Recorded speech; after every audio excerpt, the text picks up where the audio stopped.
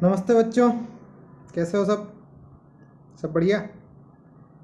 अपन कक्षा 11 में पाठ 1 पढ़ रहे थे जिसका नाम था वेदामृतम। इस पाठ का पहला श्लोक अपन ने देख लिया था। इस श्लोक का हिंदी अर्थ, मीनिंग, संस्कृत व्याख्या सब कुछ देख ली थी। अब दूसरा श्लोक देखते हैं। समानी व आकुति समाना हृदयानि व समानमस्तु वो मनो यथा व सुसहा अस्ति। समानी यानी समान हो,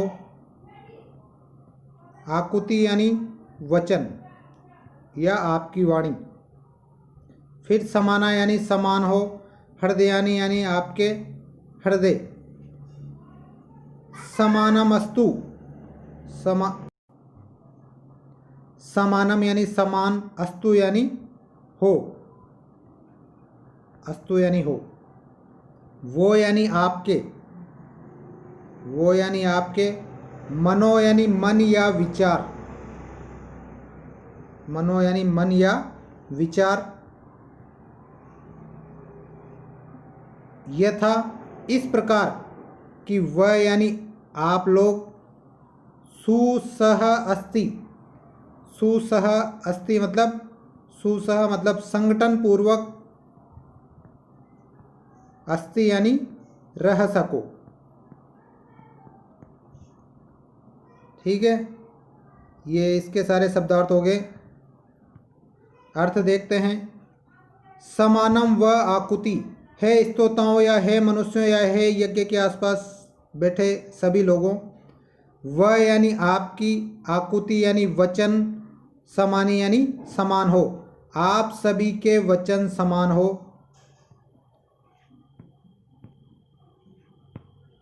समाना हृदयानि वह यानी आपके, हृदयानि हृदय, समाना यानी समान हो, आपके हृदय भी एक समान हो, एक जैसे हो। समानम अस्तु, समानम यानी समान, अस्तु यानी हो, वो यानी आपके, मनो यानी विचार, आप सभी के विचार भी एक समान हो, एक जैसे हो, विवाद ना हो। यथा जिससे, वह यानी आप लोग, सुसह यानी संगठन पूर्वक, अस्ति यानी एक साथ रह सको, अस्ति यानी एक साथ रह सको, या आप में संगठन या एकता हो सके। ठीक है, इसकी संस्कृत व्याख्या इसी तरह से करनी है जैसे इसकी करी है।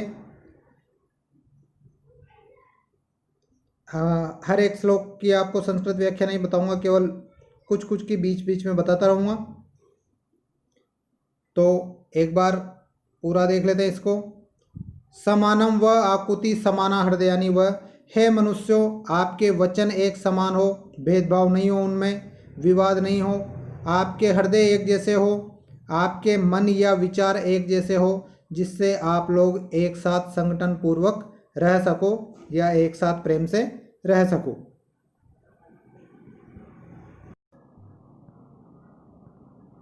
ये जो वह शब्द आया है जगह जगह, इस वह का लौकिक संस्कृत में युष्माकम रूप बनता है। वह का लौकिक संस्कृत में क्या रूप बनता है? युष्माकम। अगला श्लोक देखते हैं।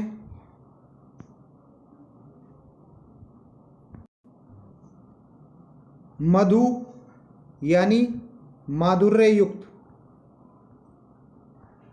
वाता यानी वायु,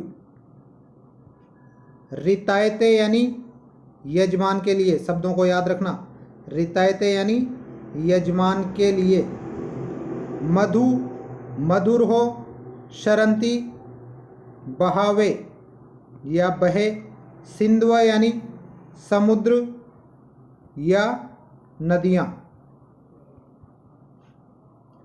माधवी मीठी या मधुरता से युक्त हो, न यानी हमारी, न यानी हमारी, संतु, संतु यानी हो, ये संतु प्लस औषधि दो शब्द मिले हुए हैं। संतु यानी हो, औषधि यानी दवाइयाँ या औषधियाँ। सारे शब्दों के अर्थ लिख लेना, अगर लिखना चाहो तो, ऐसे याद रह जाए तो ऐसे ठीक है।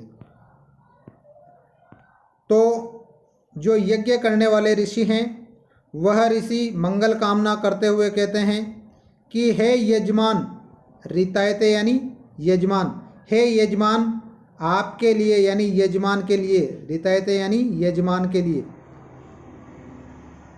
आपके लिए, वाता यानी वायु, मधु यानी माधुर्य से युक्त हो, आपके लिए ये वायु माधुर्य से युक्त हो, सिंधु यानी समुद्र या नदियाँ, मधु यानी मधुर या मीठा, शरंती यानी जल बहावे, सिंधु मधु शरंती नदियाँ आपके लिए मीठा जल बहावे, न यानी हमारी, औषधि यानी औषधियाँ, माधवी यानी मीठी, संतु यानी हो, हमारी औषधियाँ मीठी हो। अब देखिए यहाँ पर जो न है, ये न किसका रूप है? अस्माकम का। वैदिक संस्कृत में अस्माकम को क्या कहते हैं? न। हिंदी अर्थ दोबारा देख लीजिए। मधु वाता रितायते, रितायते हे यजमान आपके लिए, वाता यानी वायु, मधु यानी मधुरता से युक्त हो या माधुर्य से युक्त हो, मधु शरंती सिंधु आपके लिए, सिंधु यानी नदियाँ या समुद्र, मधु शरंती मीठा जल बहावे, माधवी न संतु औषधि, न यानी हमारी, औषधि यानी औषधियाँ, माधवी यानी मधुर या मीठी, संतु यानी हो। कुल मिला के 3 बातें कही गई है कि वायु भी मीठी हो, जल भी मीठा हो और औषधियाँ भी मीठी हो। ये 3 प्रकार की कामना की गई है इसमें कि ये तीनों चीज़ें रितायते यानी यजमान के लिए, यज्ञ करवाने वाले के लिए मीठी हो।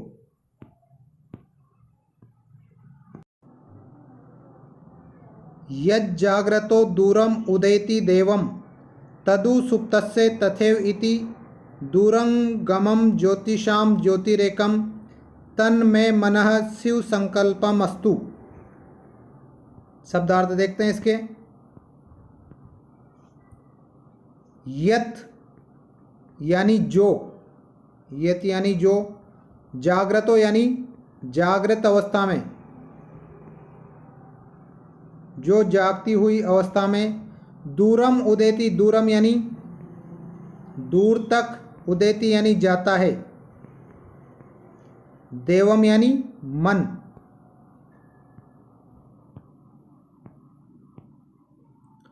तदु, तदु यानी वही मन, सुप्तस्य सोते हुए व्यक्ति के लिए, सोते हुए व्यक्ति का, तथा एव इति, तथा यानी वैसे, एव यानी ही, इति यानी इस प्रकार, वैसे ही इस प्रकार करता है। जैसे जागता हुआ दूर तक जाता है वैसे ही सोते हुए भी दूर तक जाता है। सोते हुए अपन सपने देखते हैं, सपनों में पता नहीं मन जाने कहाँ कहाँ जाता है।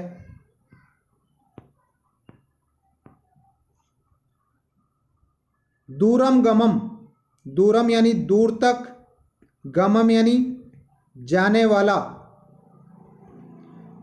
ज्योतिषाम यानी इंद्रिय, कौन सी इंद्रिय? मन। देखो इंद्रियां कितनी होती है? 5 इंद्रियां होती है, 5 ज्ञानेंद्रियां जो हमें ज्ञान कराती है, और एक छठी इंद्रिय होती है जिसको मन कहते हैं। तो पांचों की पांचों ज्ञानेंद्रियां अपने पास रहती है, लेकिन जो छठी इंद्रिय है मन, वह अपने को ज्ञान कराने के लिए दूर दूर तक जाती है। हम कई तरह की कल्पनाएं करते हैं। 5 ज्ञानेंद्रियां कौन कौन सी है? आँख, कान, नाक, त्वचा और जीभ। छठी ज्ञानेंद्री जो हमारे पास रहते हुए दूर तक जाती है वह कौन सी है? मन। उसको छठी इंद्री कहते हैं। तो दूरंगमम, दूर तक जाने वाली, ज्योतिषाम यानी इंद्रिय, दूर तक जाने वाली हमारी ज्ञानेंद्री, एकम जो एकमात्र है, केवल एकमात्र इंद्रिय जो दूर तक जाती है, ज्योति और विषयों का प्रकाश करती है, विषयों का प्रकाशन करती है, मतलब उन विषयों के बारे में हमें ज्ञान कराती है, ऐसी इंद्रिय कौन सी है? मन। तत् में, तत् यानी वह, मैं यानी मेरा, मनः यानी मन, शिव संकल्पम अच्छे संकल्प से, अच्छे संकल्प से युक्त, अस्तु यानी हो, वह मेरा मन अच्छे संकल्प से युक्त हो। ये इसके पूरे शब्दार्थ हो गए। हिंदी अर्थ देखते हैं। यत जाग्रतो दूरम उदेति, यत यानी जो, जाग्रतो यानी जागृत अवस्था में, दूरम उदेति दूर तक जाता है, देवम यानी मन, जो हमारा मन जागृत अवस्था में दूर तक जाता है। जागते हुए भी हम कई बार पता नहीं मन कहाँ कहाँ होता है। क्लास में भी तुमसे कहते हैं बॉडी प्रेजेंट माइंड एब्सेंट, तो ये मन दूर तक चला जाता है। तदु सुप्तस्य, तदु वही मन, सुप्तस्य सोते हुए व्यक्ति का भी, तथा एव इति इसी तरह से करता है, मतलब इसी तरह से दूर तक जाता है। जैसे जागते हुए व्यक्ति का मन दूर तक जाता है, उसी तरह सोते हुए व्यक्ति का मन भी दूर तक जाता है। ज्योतिषाम यानी यह इंद्री, मन रूपी इंद्री, दूरम गमम जो दूर तक जाती है, एकम एकमात्र, दूर तक जाने वाली एकमात्र, ज्योति और विषयों का हमारे लिए प्रकाशन करती है या हमें ज्ञान प्रदान करती है। तत् में मनः, तत् में मनः, संधि विच्छेद कर रहा हूँ यहाँ पर। तत् यानी वह, मैं यानी मेरा, मनः यानी मन, वह मेरा मन, शिव संकल्पम अच्छे विचारों से या अच्छे संकल्पों से युक्त, अस्तु यानी हो, वह मेरा मन अच्छे विचारों या अच्छे संकल्पों से युक्त हो। यत जागृतो दूरम उदेति जो जागृत अवस्था में दूर तक जाता है, देवम मन, तदु सुप्तस्य तथैव इति सोते हुए व्यक्ति का मन भी उसी तरह से करता है, उसी तरह से दूर तक जाता है। दूरम गमम ज्योतिषाम ज्योतिरेकम जगाम, दूरम, दूरम गमम मतलब दूर तक जाने वाला, एकम एकमात्र, ज्योतिषाम यानी इंद्रिय जो ज्योति विषयों का हमें ज्ञान कराता है। तत् में मन वह मेरा मन, शिव संकल्पम अस्तु अच्छे संकल्पों से युक्त हो। व्याकरण की चीजें देखते हैं इसमें। यत जाग्रतो, यत प्लस जाग्रतो, यत प्लस जाग्रतो, इसमें पहले तो है जशत्व संधि, और जशत्व संधि में क्या होता है, पहले वर्ण की जगह तीसरा वर्ण हो जाता है। तीसरा वर्ण क्या है? द। यद प्लस जाग्रतो, और इसके बाद है इश्चुत्व संधि, मतलब अगर पीछे श या च वर्ग आए, ये संधि में बता रखा है मैंने ये सारी चीज़ें, श या च वर्ग आए तो आगे का जो त वर्ग है वह भी स या च वर्ग में ही परिवर्तित हो जाता है। अब द ये त वर्ग में आता है, इसकी जगह च वर्ग क्या हो जाएगा?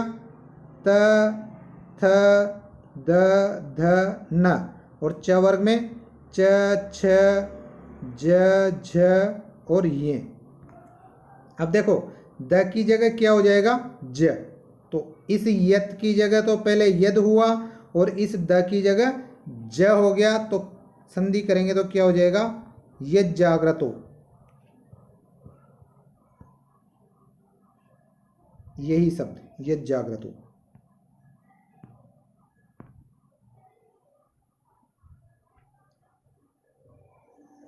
और तथैवेति, तथा, एव,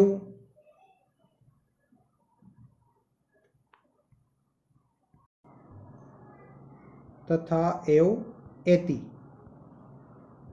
यहाँ पर भी इस ए की जगह दो मात्रा हो गई है तथे, मतलब वृद्धि संधि, और व और ए में भी दो मात्रा हो गई है वेति। यहाँ पर भी वृद्धि संधि, मतलब दोनों जगह कौन सी संधि है इसमें? वृद्धि संधि। ज्योतिरेकम, ज्योतिः प्लस एकम, विसर्ग का र हो गया, इस वजह से यहाँ पर है ऋतु विसर्ग संधि। ये सब चीज़ें आपको संधि के जब वीडियो देखोगे उनमें समझ में आ जाएगा। अगर विसर्ग की जगह र हो जाता है तो ऋतु विसर्ग। तन में, तत् प्लस में, यहाँ पर है अनुस्वार संधि, सॉरी अनुस्वार नहीं है, अनुनासिक संधि।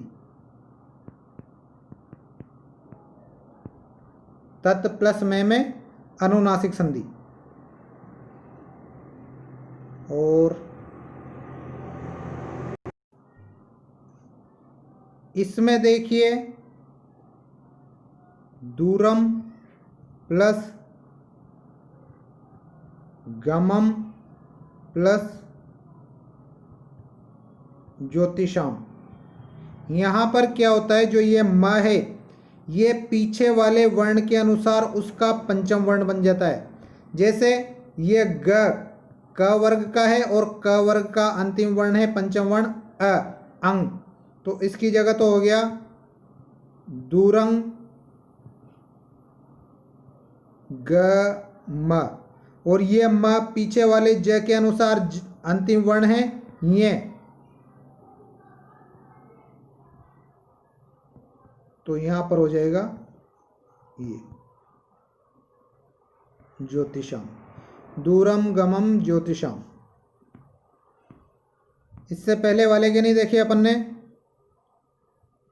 इसमें केवल ये दो हैं जिनमें संधि है। तो माध्वीर न का हो जाएगा माध्वीह प्लस न, कौन सी संधि है? वही ऋतु विसर्ग, विसर्ग का र हो गया। संतुओषधि, इसका होगा संतु प्लस औषधि। ऊ की जगह व हो रहा है और ऊ की जगह व किस में होता है? यण संधि में। तो संतु प्लस औषधि में है यण संधि। अगला श्लोक देखिए, तत् चक्षु देवहितम पुरस्तात् शुक्रम उच्चरत। अलग अलग टुकड़े करके बोल रहा हूं।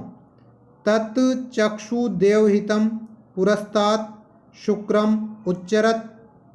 पश्येम शरदः शतम जीवेम शरदः शतम शृणुयाम शरदः शतम प्रब्रवाम शरदः शतम अदीनाः श्याम शरदः शतम भूयश्च शरदः शतात्। शब्दार्थ देखते हैं इसके। तत्, तत् यानी वह, चक्षु, चक्षु यानी सूर्य, देवहितम मतलब देवताओं द्वारा स्थापित, पुरस्तात् मतलब पूर्व दिशा में, पुरस्तात् मतलब पूर्व दिशा में या सामने। पुरस्तात् का मतलब पूर्व दिशा भी होता है और सामने भी होता है। शुक्रम, शुक्रम यानी होता है चमकीला। ये शुक्रम कैसे बना है मैं समझाऊंगा आपको। शुक्रम यानी चमकीला। उच्चरत मतलब उदय हुआ है, उच्चरत का मतलब उदय हुआ है।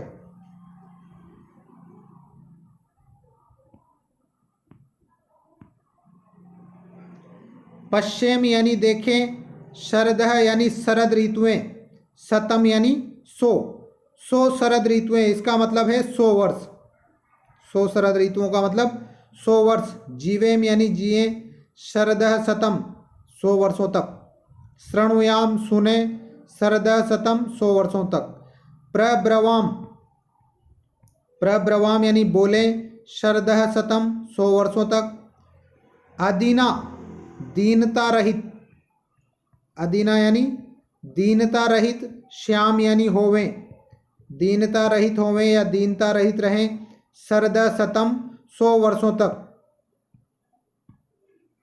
भूयश्च बार बार होता रहे, भूयश्च यानी बार बार, शरदः शतात यह 100 वर्षों तक होता रहे, मतलब हम 100 वर्षों से भी आगे अगले 100 वर्षों तक, फिर अगले 100 वर्षों तक, फिर अगले 100 वर्षों तक जीते ही रहें और ये सारे के सारे काम करते रहें। कुल मिला के लालच से एक बार 100 साल जी लिया, उसके बाद भी 100 जीना है, उसके बाद भी 100 जीना है, उसके बाद भी 100 जीना है, पर एक तरह से कामना की गई है मंत्र में। तो देखते हैं इसका हिंदी अनुवाद। तत्चक्षु वह सूर्य, देवहितम जो देवताओं द्वारा स्थापित किया गया है, पुरस्तात् पूर्व दिशा में, शुक्रम उच्चरत, शुक्रम यानी चमकीला, उच्चरत यानी उदय हुआ है। देवताओं द्वारा पूर्व दिशा में, देवहितम यानी स्थापित, देवताओं द्वारा पूर्व दिशा में स्थापित, तत् शुक्रम चक्षु वह चमकीला सूर्य, उच्चरत उदय हुआ है। पूर्व दिशा में या हमारे सामने देवताओं द्वारा स्थापित वह चमकीला सूर्य उदय हुआ है। फिर आगे, हे सूर्य, यह केवल अपने को समझना है, इसमें इसका मीनिंग नहीं दिया गया है कहीं। हे सूर्यदेव, हम आपकी कृपा से क्या क्या काम करें? पश्चिम देखें, शरदः शतम यानी 100 वर्ष या 100 शरद ऋतुएं, हम 100 वर्षों तक देखें या 100 शरद ऋतुओं तक देखें। जीवेम शरदः शतम, 100 शरद ऋतुओं तक या 100 वर्षों तक जीवित रहे। शृणुयाम शरदः शतम, 100 वर्षों तक हम सुनते रहें। प्रब्रवाम शरदः शतम, 100 वर्षों तक ही हम बोलते रहें। अदीना श्याम शरदः शतम, शरदः शतम यानी 100 वर्षों तक, अदीना यानी दीनता रहित, श्याम यानी रहें या होवें, 100 वर्षों तक हम गरीबी या दीनता से रहित रहें। भूयश्च और बार बार, शरदः शतात ये 100 वर्षों तक और 100 वर्षों तक होता ही रहे, मतलब हम बार बार ये काम करते रहें।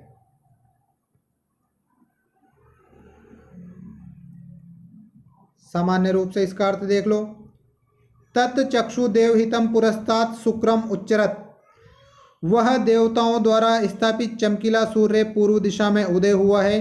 हे सूर्यदेव, आपकी कृपा से हम 100 वर्षों तक देखते रहें, 100 वर्षों तक जीते रहें, 100 वर्षों तक सुनते रहें, 100 वर्षों तक बोलते रहें, 100 वर्षों तक दीनता रहित रहें, और यह क्रम हर 100 वर्षों में चलता रहे, मतलब आगे बढ़ता ही रहे।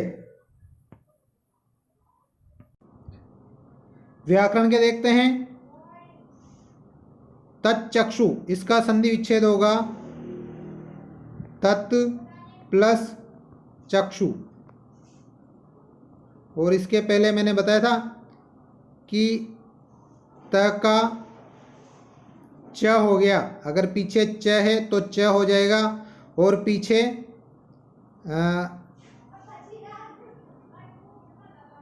शकार है तो स हो जाएगा। तो इस त की जगह च क्या होगा, ये हो जाएगा, और रूप क्या बनेगा, त च और चक्षु, संधि वही इच्छुत्तु संधि, व्यंजन संधि का एक रूप है इच्छुत्तु संधि।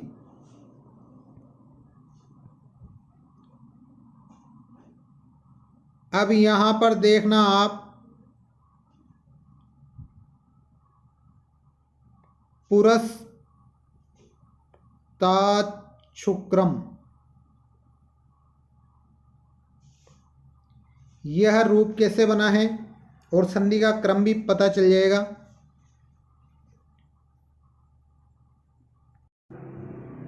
ध्यान से समझना इस बात को। यह 4 संधियां हैं, अगर इन चारों की कंडीशन अपने पास प्राप्त हो रही है तो पहले नंबर पर यह होती है, दूसरे पर यह होती है, तीसरे पर यह होती है और चौथे पर यह होती है। पहले नंबर पर है जसत्व, मतलब पहले वर्ण की जगह तीसरा वर्ण हो जाएगा, तो पुरस्ताद की जगह तो क्या हो जाएगा, पुरस्ताद प्लस शुक्रम। दूसरे नंबर पर देखते हैं इश्चुत्तु संधि। अगर पीछे सकार आ रहा हो और आगे त वर्ग आ रहा हो तो इस त वर्ग की जगह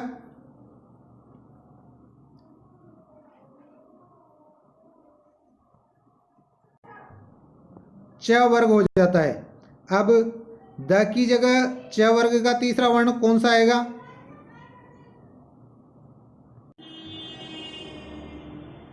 पुरस्ताज प्लस शुक्रम। ठीक है। इसके बाद आती है चर्तु संधि। चर्तु संधि क्या करती है? तीसरे वर्ण की जगह वापस पहला वर्ण कर देती है। बहुत कॉम्प्लिकेटेड है लेकिन समझ लेना। तो इस ज का प्रथम वर्ण कौन सा है? च। तो क्या हो जाएगा? पुरस्ताच प्लस शुक्रम। और फिर है छत्व संधि। छत्व संधि क्या करती है? यदि च वर्ग के बाद श हो तो श की जगह छ कर देती है। स की जगह छ कर देती है। तो क्या हो जाएगा? पुरस्ता च, स की जगह छ हो गया, शुक्रम। पुरस्ताच शुक्रम। इतनी सारी संधियां हुई है इसमें, तब जाके यह शब्द बना है पुरस्ताच शुक्रम। ये अगर समझ में नहीं आए और दिमाग में लोड लगने लगे तो ज़्यादा मत समझना, केवल संधि विच्छेद कर लेना। पुरस्तात प्लस शुक्रम होता है इसका। अब अगर आप करना चाहो तो इसी तरह से एक शब्द है श्रीमत प्लस शरत, शरत प्लस चंद्र। बहुत अच्छा वाला नाम है ये। इसकी संधि इसी तरीके से करेंगे ना तो इसका रूप बन जाएगा श्री म शरत चंद्र। श्रीमत शरत चंद्र का हो गया श्री मच्छरत चंद्र। समझ लेना, ये जो अभी संधि बताइए कि उसके हिसाब से कैसे हुआ है, और वो संधियों का क्रम देख लेना कैसे हुई है वो संधियां।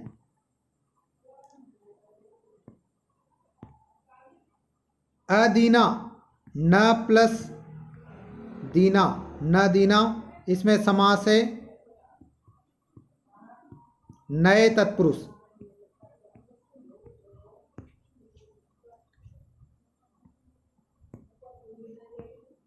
भूयश्च,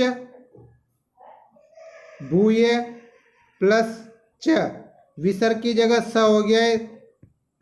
तो जहां पर विसर्ग की जगह स होता है वहां पर होती है सत्व विसर्ग। और क्या है इसमें? बस यही है। और इस पाठ का लास्ट श्लोक है। अर्थ देखो इसके शब्दार्थ। जन्म यानी लोगों को, जन्म यानी लोगों को, विभ्रति यानी धारण करती हुई,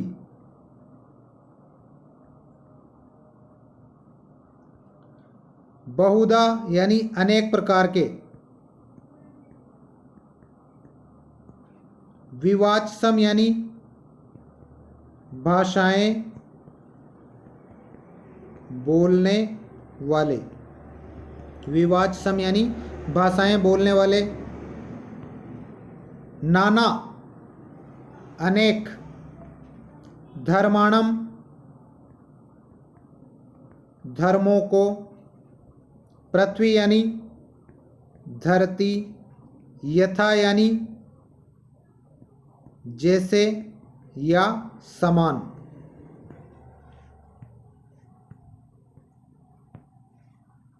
ओक्सम, ओक्सम यानी धारण करने वाला घर या केवल घर, सहस्रम हजारों, सहस्त्रम यानी हजारों, धारा यानी धाराएं, द्रविणस्य धन की, द्रविणस्य यानी धन की, मैं यानी मेरे लिए, मैं यानी मेरे लिए, दुहाम, दुहाम यानी बहा दें, दुहाम यानी बहा दें, ध्रुवा यानी निश्चित एक जगह खड़ी हुई, ध्रुवा यानी निश्चित या एक जगह खड़ी हुई, ईव यानी समान, ध्रुव में संधि विच्छेद करेंगे तो ध्रुवा प्लस ईव, ईव यानी समान, धेनु यानी गाय, अनुप स्फुरंती, अनुप स्फुरंती यानी बिना कंपन के, अनुप स्फुरंती यानी बिना कंपन के। ये शब्दार्थ हो गए इसके।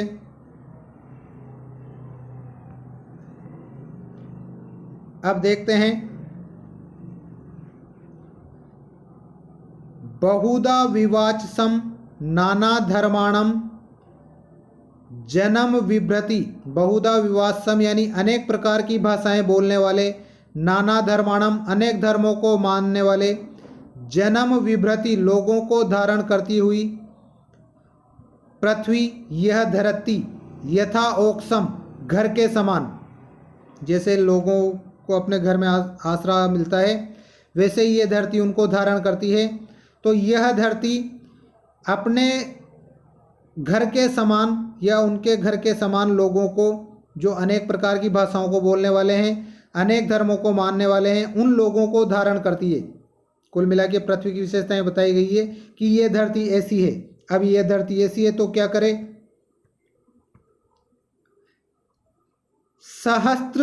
सहस्त्रम धारा हजारों धाराएं, द्रविणस्य धन की, मैं यानी मेरे लिए, दुहाम यानी बहा दें, यह धरती मेरे लिए हजारों धन की धाराएं बहा दे। किस तरह से, ध्रुवा धेनु निश्चल गाय के समान, जो गाय चलती फिरती ना हो, पैर ना मारती हो, उस गाय के ईव यानी समान, उस गाय के समान, अनुप स्फुरंती बिना कंपन के या बिना हिले डुले, अनुप स्फुरंती यानी बिना कंपन के। यह धरती, कुल मिला के सबसे पहले की दो लाइनों में क्या बताया गया है, धरती के बारे में बताया गया है कि धरती कैसी है। इन दो लाइनों का अर्थ समझो। यह धरती यथा ओक्सम घर के समान, बहुधा विवाचसम अनेक प्रकार की भाषाएं बोलने वाले, नाना धर्माणम अनेक प्रकार के धर्मों को मानने वाले, जन्म विभ्रति लोगों को धारण करती है। अब यह धरती ध्रुवा इव धेनु, ऐसी गाय जो निश्चल रहती है, उस गाय के ईव यानी समान, अनुप स्फुरंती बिना कंपन के, मैं यानी मेरे लिए, द्रविणस्य यानी धन की, सहस्त्र धाराम हजारों धाराएं, दुहाम यानी बहा दें। यह धरती गाय के समान मेरे लिए धन की, बिना कंपन किए हुए हजारों धाराएं बहा दे। ये इसका अर्थ हो गया। व्याकरणात्मक टिप्पणी देखते हैं। यथोक्सम, यथा प्लस ओक्सम, ओक्सम यानी होता है घर, दो मात्राएं होगी और जहां पर दो मात्राएं हो जाती है वहां पर कौन सी संधि, वृद्धि संधि। और क्या है इसमें, ध्रुवेव, ध्रुवा प्लस ईव, आ और ई मिलके ए हो गया, मतलब गुण संधि।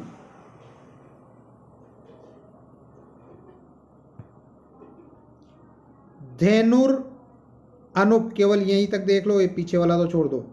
धेनुर अनुप, धेनु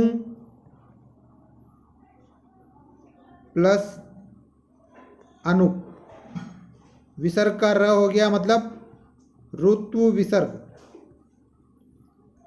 ये सारी चीज़ें आपको रटवा याद हो जाएगी किताब पूरी होते होते, मतलब साथ के साथ आपकी ग्रामर कंप्लीट हो जाएगी। अभी थोड़ा सा आपको इनके लिए दिमाग पर लोड डालना पड़ेगा।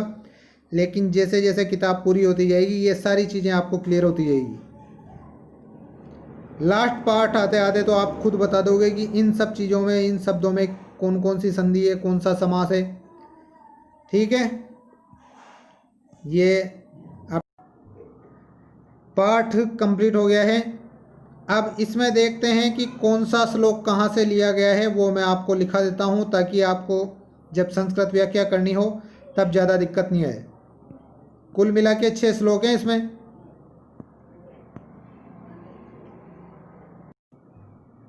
पहले 3 श्लोकों के बारे में लिखिए। पहले जो नंबर 1 और दूसरा श्लोक है वो कहाँ से लिया गया है? ऋग्वेद के संज्ञान सूक्त से, और इसके ऋषि हैं संवनन। पहले 2 मंत्र ऋग्वेद के संज्ञान सूक्त से लिए गए हैं और इसके ऋषि हैं संवनन। तीसरा जो मंत्र है वह ऋग्वेद के प्रथम मंडल के 90वें सूक्त से लिया गया है। तीसरा मंत्र ऋग्वेद के प्रथम मंडल के 90वें सूक्त से लिया गया है। ये लिख रहा है यहाँ पर, ऋग्वेद के प्रथम मंडल के 90वें सूक्त का 7वां मंत्र है।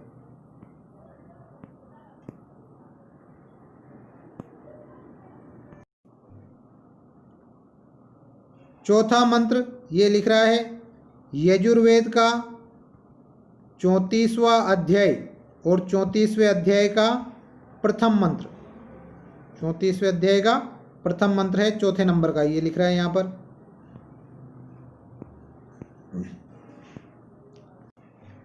अगला है यजुर्वेद के 36वें अध्याय का 24वां मंत्र। यजुर्वेद के 36वें अध्याय का 24वां मंत्र। और लास्ट वाला है अथर्ववेद के पृथ्वी सूक्त से लिया गया है। अथर्ववेद के, बस इतना याद रख लेना, अथर्ववेद के पृथ्वी सूक्त से लिया गया है। ये आपके पाठ का हिंदी अनुवाद कंप्लीट हो गया है। अब इसके प्रश्न उत्तर अगले वीडियो में करवाएंगे अपन। गला बैठ गया। ठीक है, इसको ध्यान से समझना। ये पाठ थोड़ा कठिन भी है क्योंकि वैदिक संस्कृत है, फिर भी मैंने अपने हिसाब से बहुत अच्छी कोशिश की है आपको समझाने की। अगर एक बार में समझ में ना आए तो बार बार इस वीडियो को देखना, आपको अच्छी तरह से समझ में आ जाएगा। फिर भी अगर कुछ भी समझ में नहीं आए तो मैं जो दूसरी बार में हिंदी अनुवाद बताता था वो हिंदी अनुवाद तो आपको याद कर ही लेना है। ठीक है, आज के लिए इतना ही बहुत है। धन्यवाद।